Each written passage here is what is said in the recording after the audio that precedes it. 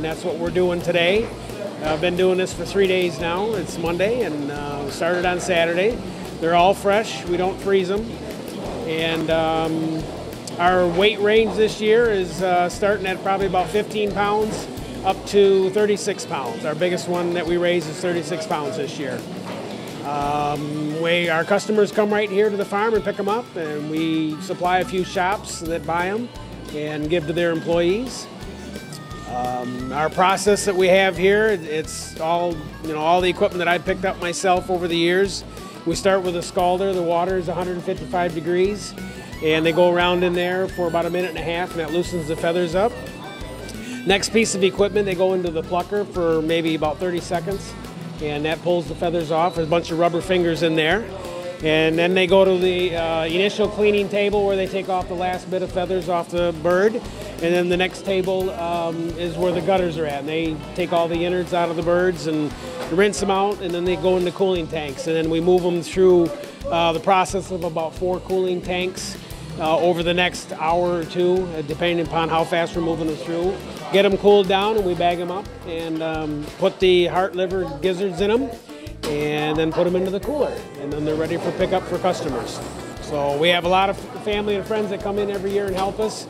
Typically, we'll have 10 or 12 people in here, different people every day. We have a lot of friends and family that want to help out, and that's really what makes the operation work. Is just we all get together and we have a good time, just getting together and processing 600 turkeys.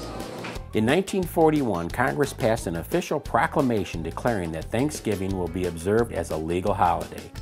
So as the U.S. celebrates, the turkeys, well, they got a different bent on the holiday, that's for sure. There's a lot of things to be thankful for on Thanksgiving. Me, I'm thankful I'm not a turkey. If you or your family are facing economic struggles, the Romeo United Methodist Church wants to help out. Here's one of the volunteers, Janet Bauer, with the details. We're at Romeo United Methodist Church preparing for one of our first His Table meals. It's for people who've had a bump in the road, some difficulties in this hard economic times, and we welcome everyone in that circumstance every Tuesday to join us.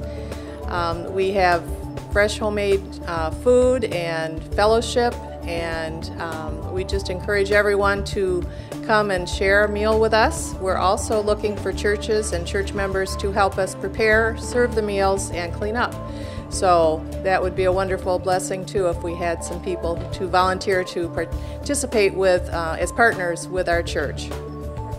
Well, last week we reported on the final numbers of the elementary fund run, and all 5 schools raised more than $80,000. But we didn't have the final numbers in for Amanda Moore, but we have them now. The kids down on Dickinson Street raised $13,000 plus, so a great job by those kids on the annual fund run.